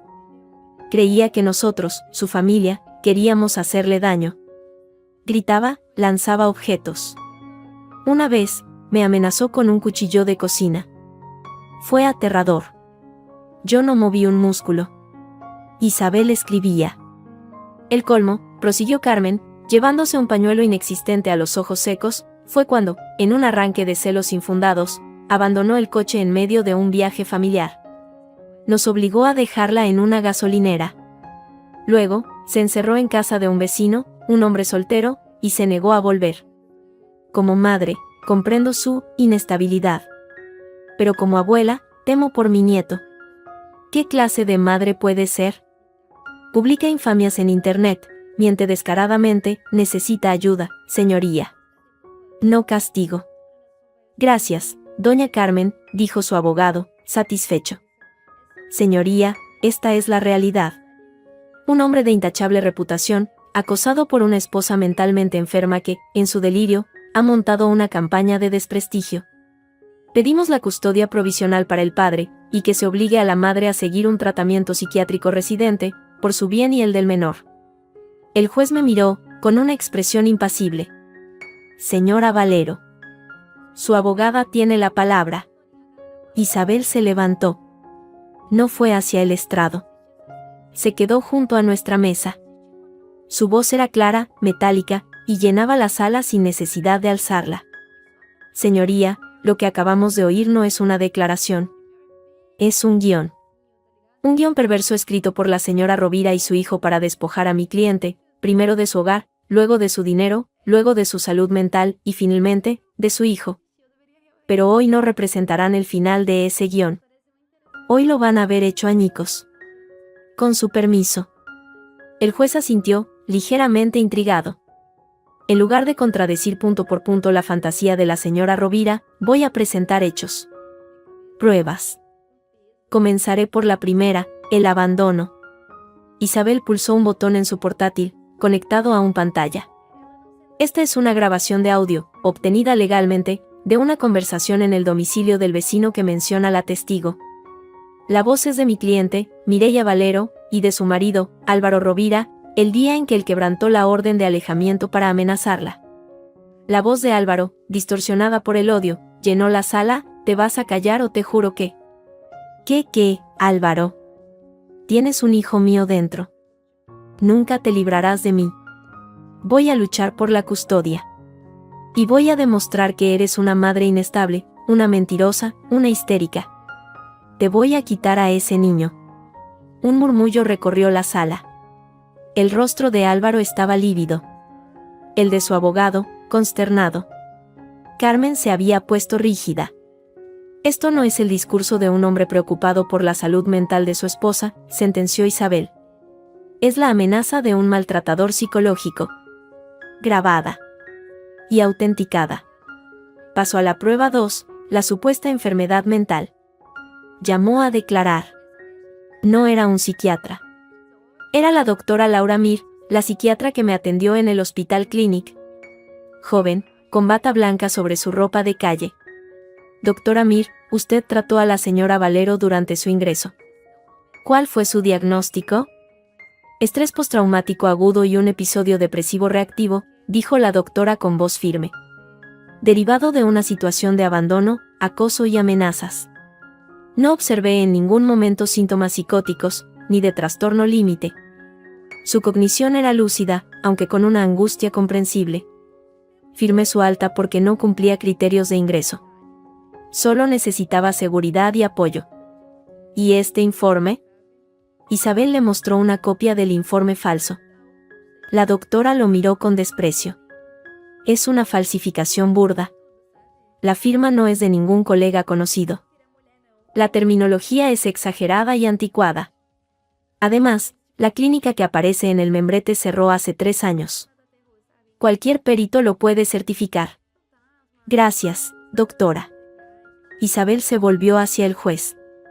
Señoría, presentamos el informe pericial encargado por nosotras que desmonta la falsificación y detalla el proceso de suplantación. La enfermedad de mi cliente es, como el resto, un montaje. La tensión en la sala del otro lado era palpable. El abogado de Álvaro susurraba a su cliente con furia. Pero hay más, continuó Isabel, implacable. La campaña de desprestigio no se limitó a falsificar papeles. Incluyó el robo. Presentamos como prueba el acta de denuncia por el vaciado del domicilio conyugal y el testimonio gráfico del vecino Pedro Gómez, que fotografió a la señora Carmen Rovira dirigiendo la mudanza ilegal de bienes gananciales. En la pantalla aparecieron las fotos de Pedro. Carmen, con su traje de calle, señalando a los operarios que cargaban mi piano. Finalmente, señoría, la prueba del móvil de toda esta trama, el carácter moral del señor Rovira. Hasta ahora hemos hablado de una supuesta amante. Pero la realidad es más sórdida. Isabel hizo una pausa dramática. Para declarar, pido que cite a la testigo Sofía Soria. El nombre cayó como una bomba. Álvaro se incorporó de golpe. ¿Esa chica? No tiene nada que ver. Es una enferma. Gritó. Señor Rovira. Le llamó al orden el juez, con dureza. Silencio, o le expulso. Que pase la testigo. La puerta se abrió. Sofía entró. Iba vestida con sencillez, un vestido negro que le ceñía un pequeño vientre apenas insinuado. Caminó directamente al estrado, sin mirar a Álvaro. Sin mirar a Carmen, cuya expresión era ahora de puro terror. Juró decir la verdad. Señorita Soria, comenzó Isabel, con un tono casi amable. ¿Cómo conoce al demandante, Álvaro Rovira? Es el novio de mi hermana mayor, Clara. O lo era. Y es, el padre de mi hijo. Un gaspeo colectivo. El abogado de Álvaro se llevó la mano a la frente. Álvaro parecía a punto de vomitar. ¿Puede detallarlo? Tuve una relación íntima con él hace unos meses. Una noche. Quedé embarazada. Cuando se lo dije, me ofreció dinero para abortar. Al negarme, comenzó a amenazarme. Dijo que yo estaba loca, que iba a conseguir un informe psiquiátrico para desacreditarme, igual que había hecho con su mujer. Me mandó mensajes. Tengo las capturas. Y las transferencias bancarias. Sacó un sobre y se lo entregó al alguacil, quien se lo llevó al juez. ¿Y con su hermana? ¿Qué pasó? Álvaro llevaba meses saliendo con las dos.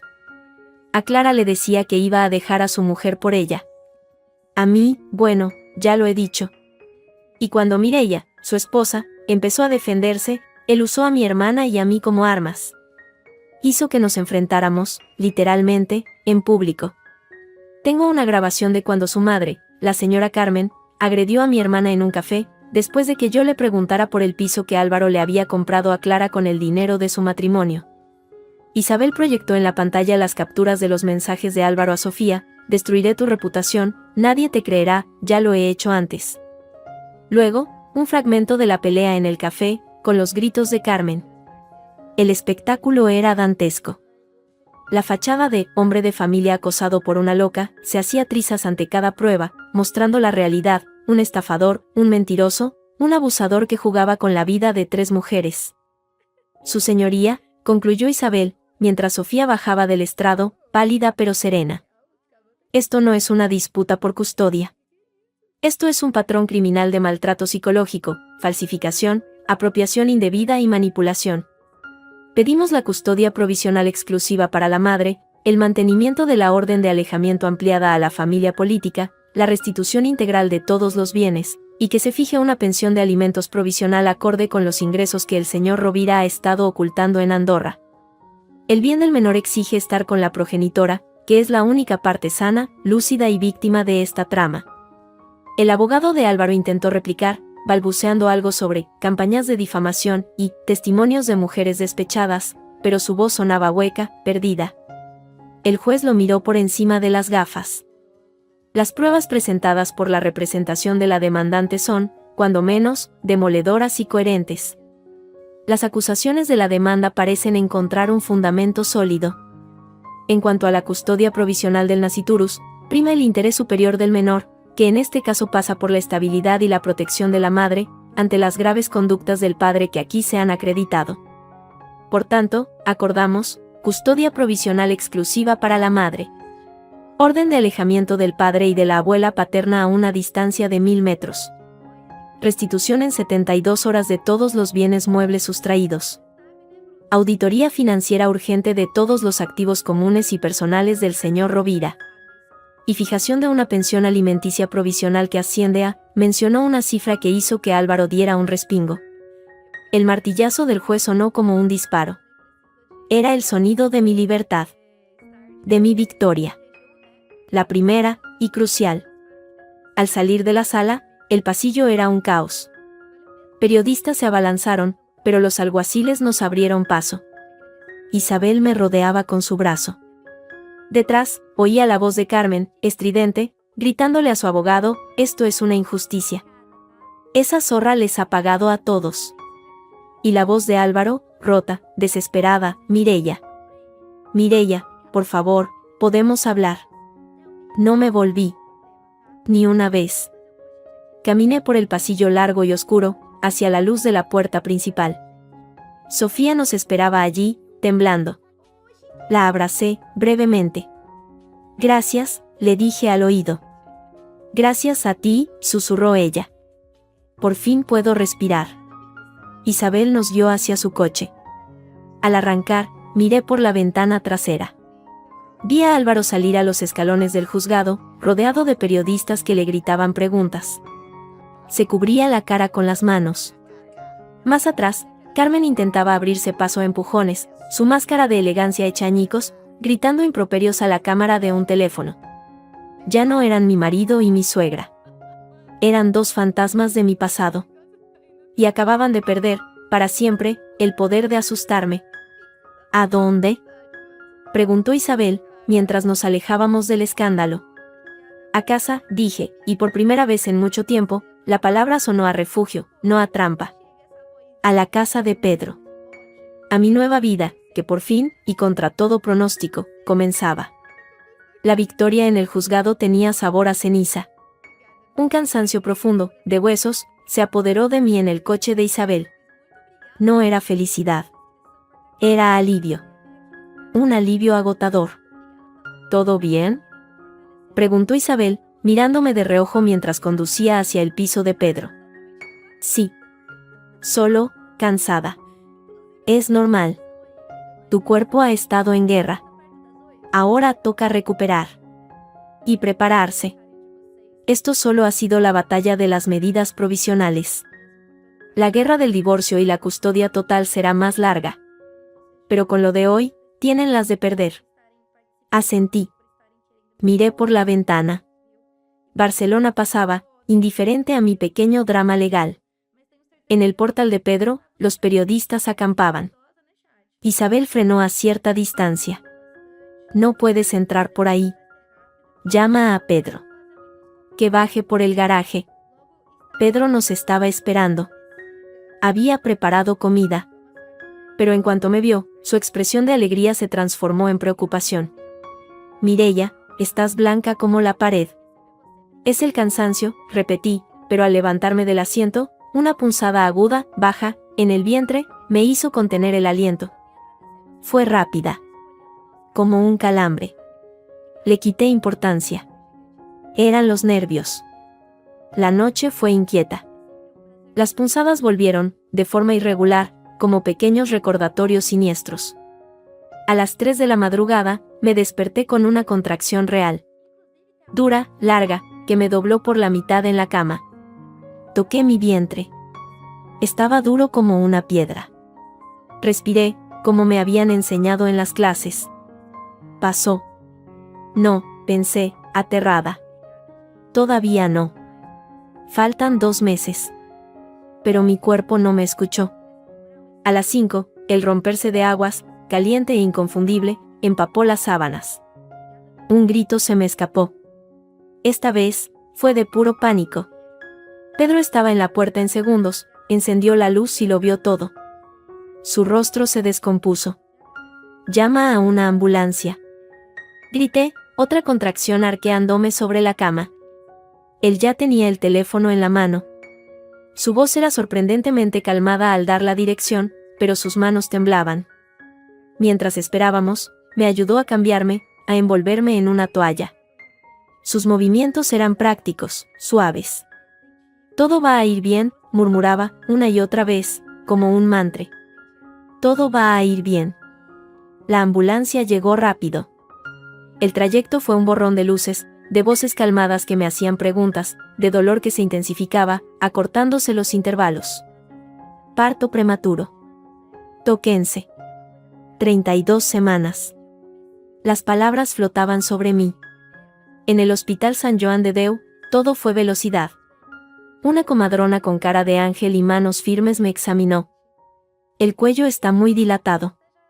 No vamos a poder pararlo. Va a nacer ahora». «¿Su pareja?», preguntó, mirando a Pedro, que me sujetaba la mano. «No, yo soy un amigo. El padre no está disponible». «Da igual. Quédate con ella. Ella te necesita». Me llevaron a un paritorio. Las luces eran cegadoras. El dolor, un animal vivo que me desgarraba por dentro. Aferrada a la mano de Pedro, gritaba, maldecía, suplicaba. Él no soltaba mi mano. Me hablaba, me limpiaba la frente, me decía que era fuerte, que lo estaba haciendo bien. «No puede nacer ahora». Lloré, en un momento de lucidez entre contracciones. «Es demasiado pronto». «Los neonatólogos están listos, Mireia», dijo la comadrona. «Van a cuidar de él. Tú concéntrate en empujar. Con fuerza». No recuerdo mucho del nacimiento. Solo el esfuerzo titánico, la sensación de desgarrarme, y luego, un llanto. Débil, agudo, como el maullido de un gatito. Un sonido minúsculo y milagroso. «Es un niño», dijo alguien. Lo vi un segundo. Un bulto rojo y arrugado, cubierto de una sustancia blanquecina, con los ojos cerrados. Tan pequeño. Demasiado pequeño.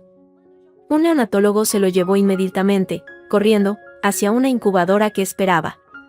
«¿Está bien?», pregunté, con la voz hecha trizas. «Luchador», fue la única respuesta. Luego, el ajetreo continuó a mi alrededor. Pedro seguía a mi lado, pálido pero firme. «Lo llamaré Lucas», dije, de repente, sin saber por qué. El nombre simplemente estaba ahí. Pedro asintió, con los ojos húmedos. La calma relativa tras el parto duró poco. Una doctora se acercó, con expresión grave. «Señora Valero, su hijo está estable, pero es muy prematuro. Necesita una intervención. Un pequeño procedimiento en los pulmones. Necesitamos su autorización». «Sí, sí, lo que sea», dije, exhausta. «Firmará aquí. Y, idealmente, necesitamos también la firma del padre. Por protocolo, en casos de extrema prematuridad y riesgo». Pedro y yo intercambiamos una mirada. «No, no es posible», dije. «¿Podría localizarle? Es importante». No tenía elección. Le di el número de Álvaro. La doctora salió. 10 minutos después, volvió. Su cara lo decía todo. «He hablado con el señor Rovira. Y con su madre, que estaba con él.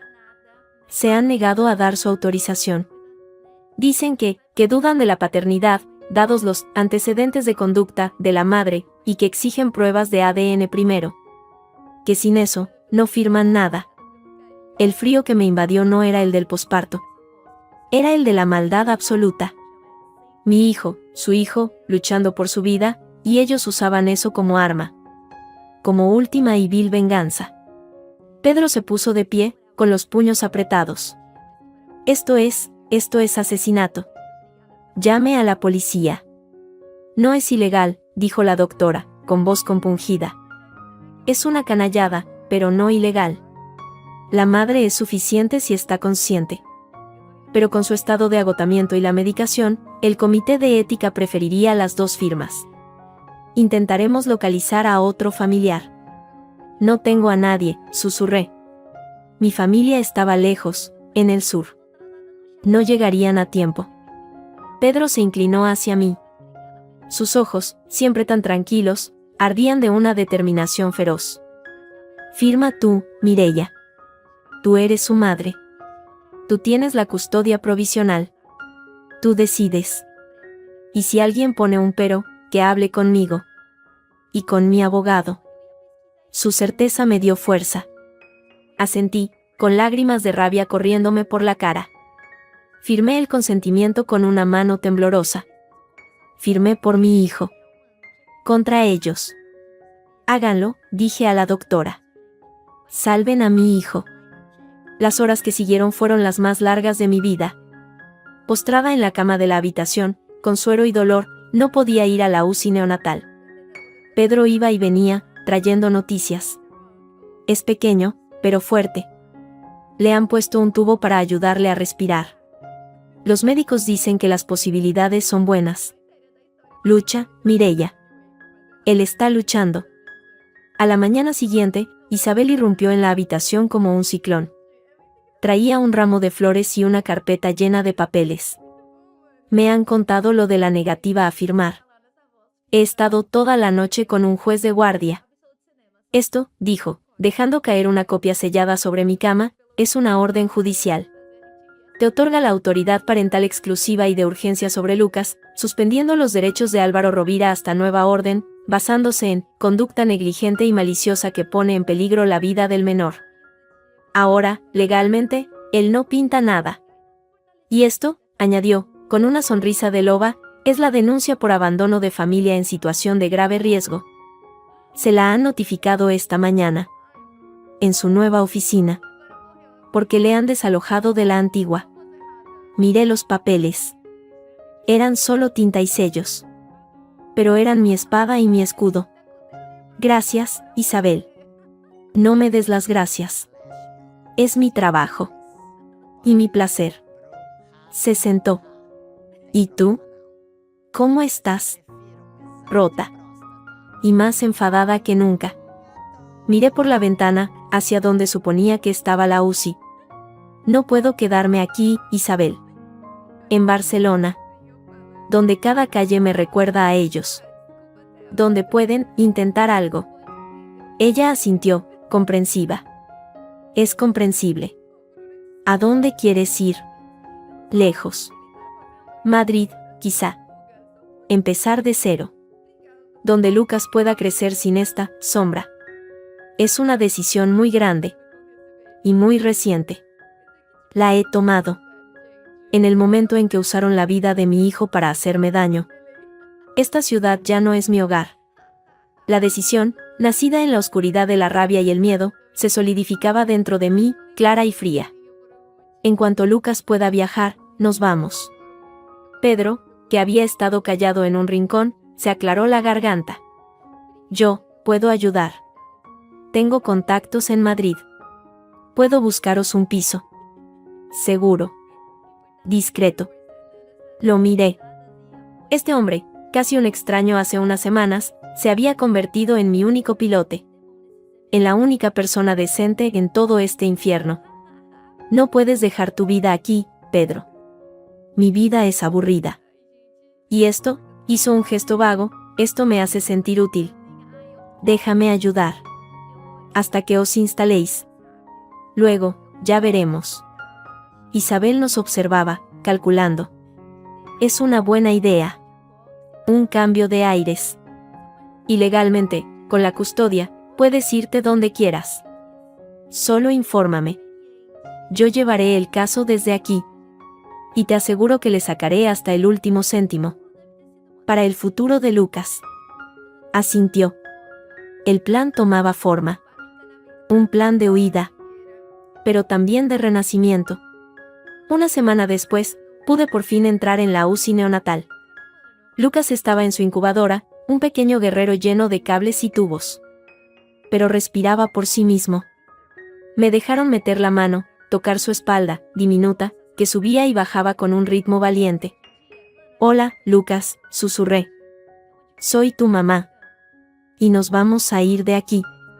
A un lugar donde solo haya paz. Te lo prometo». Sus manitas, no más grandes que una moneda, se cerraron alrededor de mi dedo. Con una fuerza sorprendente.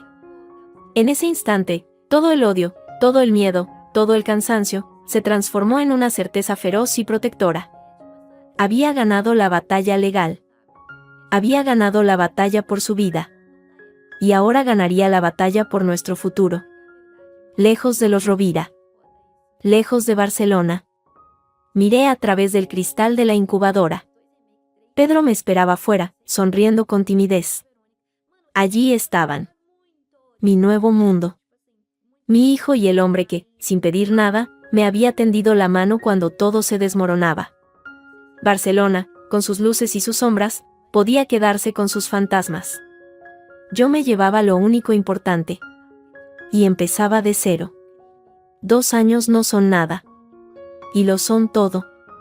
Los mides en hitos distintos, no en estaciones, sino en el peso ganado, en la primera sonrisa, en la palabra «mamá» dicha con esa voz grave de niño que ha tenido que empezar a luchar demasiado pronto.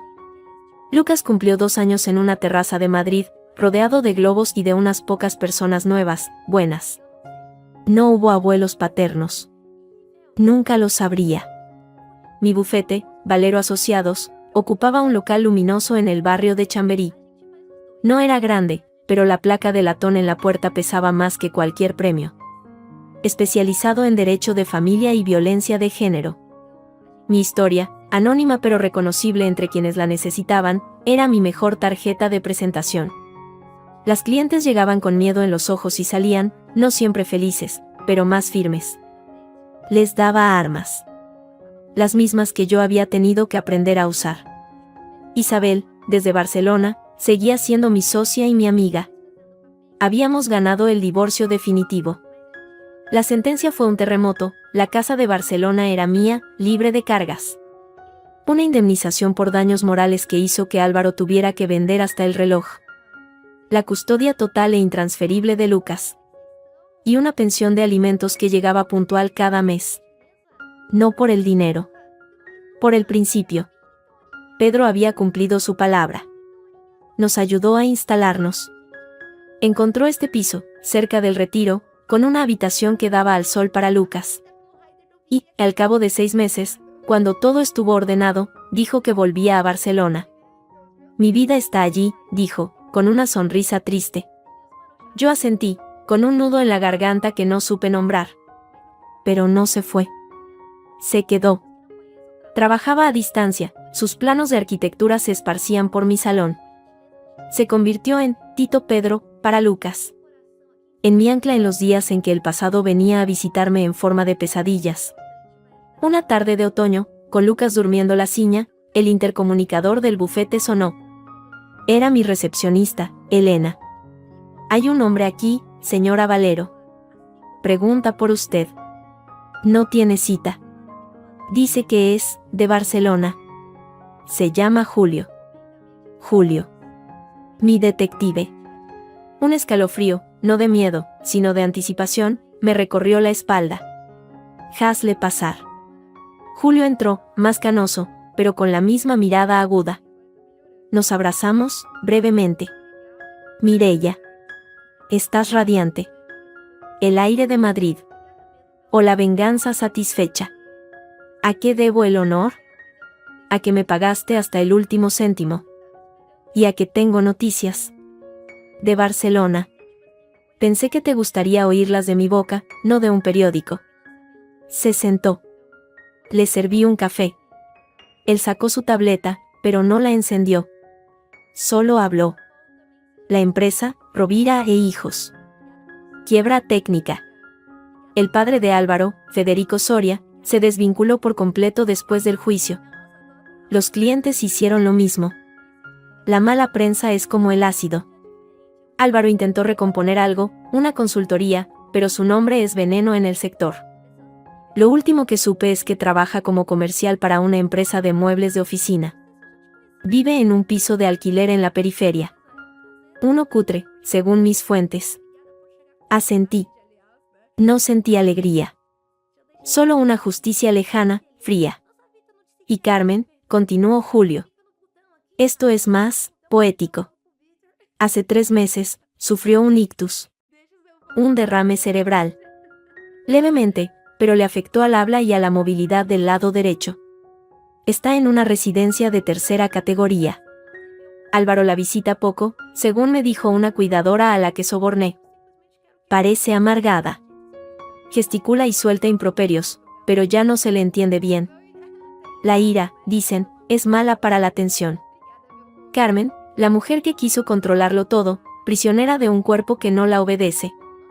Un final de shakespeariana justicia. Guardé silencio. ¿Y la otra? ¿Clara Soria? Pregunté, por pura curiosidad. Se fue a Londres. Con un becario de su padre. Rota, según dicen.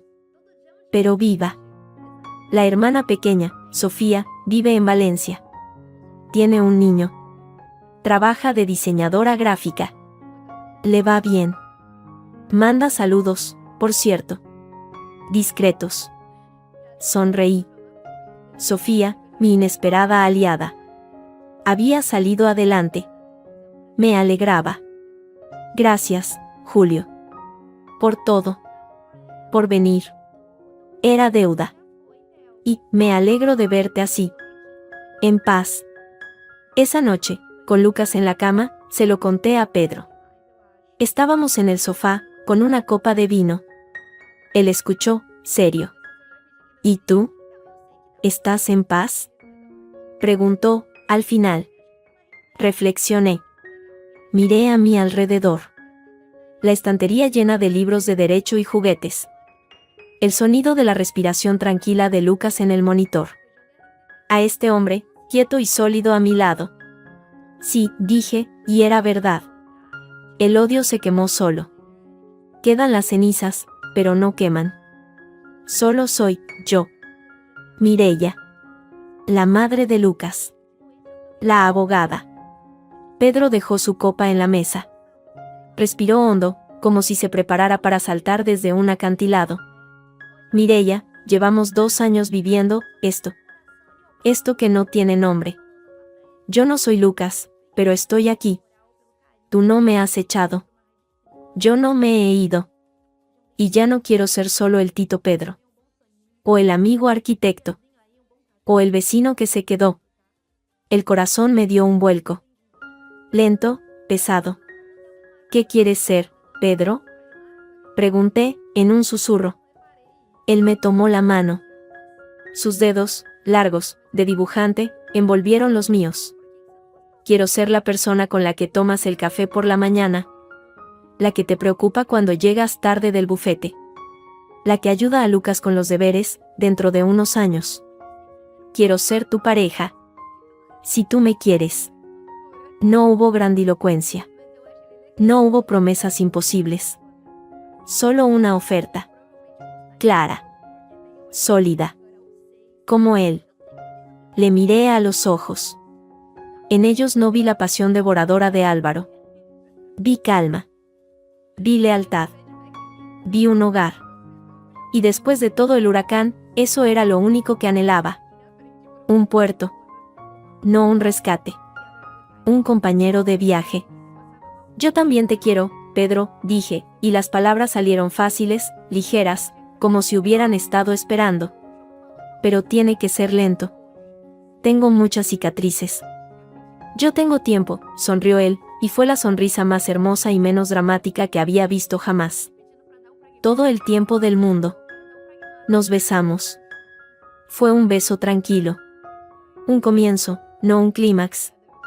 6 meses después, la vida había tejido su nueva normalidad. Pedro se trasladó oficialmente a casa. Su firma estaba en la hipoteca, junto a la mía. Lucas llamaba, papá, a los dos, de forma natural. Yo gané un caso importante, protegiendo a una mujer y sus hijos de un tipo tan manipulador como Álvaro. Cada victoria en el juzgado era un exorcismo. Y entonces, una mañana de primavera, recibí un email. De una dirección desconocida. El asunto, por favor, léelo. Con un presentimiento, lo abrí. Mireia. Sé que no tienes ningún motivo para leer esto. Ni para perdonarme. No te pido perdón. Te escribo porque he tocado fondo. He perdido todo. El trabajo, el dinero, la casa, la salud de mi madre. Y lo he perdido yo solo. Mis decisiones. Mis mentiras. Mi vileza. Ver tu foto en una revista jurídica, hablando de ayudar a otras, fue el golpe final. Has construido algo desde las ruinas que yo hice. Yo solo he sembrado ruinas. No quiero nada de ti. Ni de Lucas. Solo quería que supieras que lo sé. Que fuiste la víctima. Y yo el verdugo. Y que, en algún lugar de esta miseria en la que me he convertido, te deseo paz. La paz que te robé. Adiós. Álvaro. Lo leí una vez. Luego, lo cerré. No respondí. No había nada que decir. No era un cierre, porque yo ya lo tenía. Solo era un eco. El último sonido de un mundo que ya no existía. Esa tarde, salí temprano del bufete. Fui al parque. Pedro estaba allí, con Lucas, ayudándole a bajar de un tobogán. Lucas me vio, gritó «mamá» y corrió hacia mí, tambaleándose, con los brazos abiertos. Lo alcé, lo abracé, inhalando su olor a niño, a sol, a futuro. Pedro se acercó, me puso una mano en la espalda. ¿Todo bien?, preguntó, leyendo algo en mi rostro. Miré a Lucas, que se agarraba a mi cuello. Miré a Pedro, con su paciencia infinita. Miré el parque, la vida que seguía. Sí, dije, y esta vez la sonrisa me nació desde dentro, amplia, real, ligera. Todo está bien. Por primera vez en mi vida, todo está bien. Vamos a casa. Y caminamos los tres. Sin mirar atrás. Hacia adelante. Hacia la luz. Hacia la vida que, contra todo pronóstico, habíamos construido. Y que, al fin, era solo nuestra.